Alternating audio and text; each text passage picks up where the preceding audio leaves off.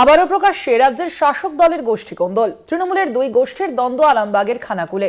গোষ্ঠী দ্বন্দ্বের জেরে লাটে পঞ্চায়েত সমিতির কাজকর্ম। এই ঘটনায় রাজনৈতিক মহলে তীব্র আলোড়ন পড়েছে।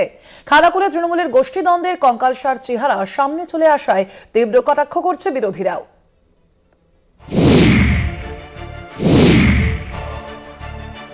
প্রকাশ্যে তৃণমূলের গোষ্ঠীদ্বন্দ্ব, তার জেরেই ব্যাহত পঞ্চায়েত সমিতির কাজকর্ম। সেই কারণেই 9ই জানুয়ারি বৃহস্পতিবার দলীয় কর্মাধ্যক্ষদের বিরুদ্ধে অনাস্থা আনতে চলেছে তৃণমূল। কর্মাধ্যক্ষদের বিরুদ্ধে অনাস্থা সম্পর্কিত চিঠি পুলিশ দিয়ে বাড়িতে বাড়িতে পাঠানো হচ্ছে। এই ঘটনায় রাজনৈতিক মহলে তোলপাড় পড়েছে। খানাকুল পঞ্চায়েত সমিতির নতুন বোর্ড গঠন হয়েছে প্রায় 2 বছর আগে। 2-1 বছর ধরে পঞ্চায়েত সমিতির বেশ কয়েকজন সদস্য নানা বিষয়ে প্রশ্ন তুলছেন। পঞ্চায়েত সমিতিকে কেন্দ্র করে তৃণমূল ব্লক সভাপতি দীপেন মাইতির সঙ্গে পূর্ত কর্মাধ্যক্ষ নইমুল হকের ঠান্ডা লড়াই ছিল। অভিযোগ, পঞ্চায়েত সমিতির সভাপতি ব্লক সভাপতির ঘনিষ্ঠ। তৃণমূল ব্লক সভাপতির অনুগামীদের কয়েকজনকে 5 বছর ধরে হাতের পুতুল করে রাখা হয়েছিল।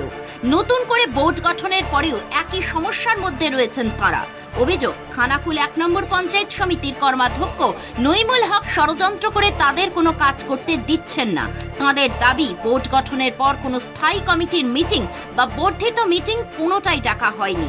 যে কোনো বিষয়ে আলোচনার ক্ষেত্রে তাদের জানানো হয় না।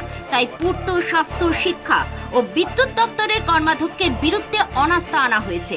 বৃহস্পতিবার আরামবাগ মহকুমা শাসকের কার্যালয় অনাস্থা নিয়ে আলোচনা হবে। সূত্রের খবর, ওই দিন নতুন করে স্থায়ী সমিতি গঠন ও কর্মাধ্যক্ষ গঠন হবে। কিন্তু প্রশ্ন উঠছে, পুলিশ দিয়ে কেন শাসক দলের কর্মাধ্যক্ষদের নোটিশ ধরাতে হলো?